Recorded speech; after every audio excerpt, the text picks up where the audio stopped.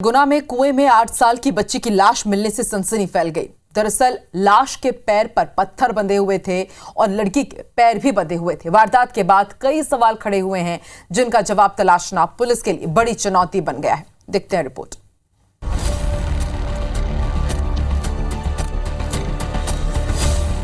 कुएं में तैरती बच्ची की लाश, अनसुलझे सवाल और इन सवालों के बीच उलझे पुलिस। ये तस्वीरें जितनी धुंधली हैं, मामला उतना ही संगीन। गुना जिले के चाचौड़ा में कुएं से 8 साल की मासूम बच्ची की लाश मिली।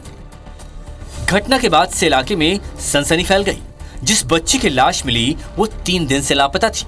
बच्ची 11 सितंबर के रोज अपने भाई के साथ घर से खेत के लिए निकली थी, लेकिन वो रास्ते में लापता हो गई।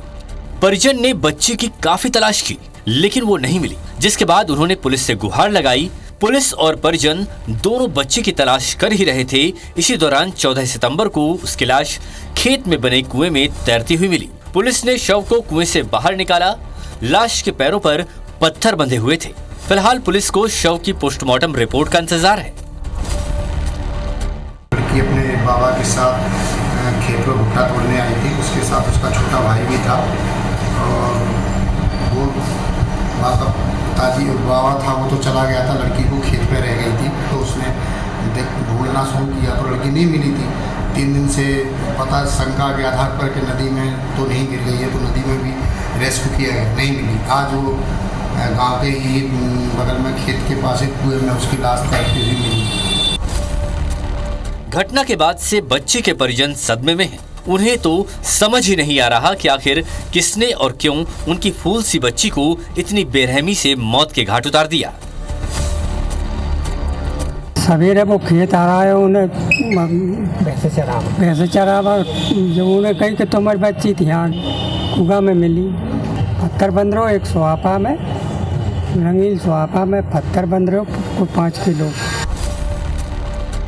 वहीं घटना की जानकारी मिलते ही चाचौड़ा विधायक ममता मीणा मृतका के घर पहुंची और पीड़ित परिवार को ढांढस बंधाया। उन्होंने पीड़ित बच्ची से रेप की आशंका जाहिर की है।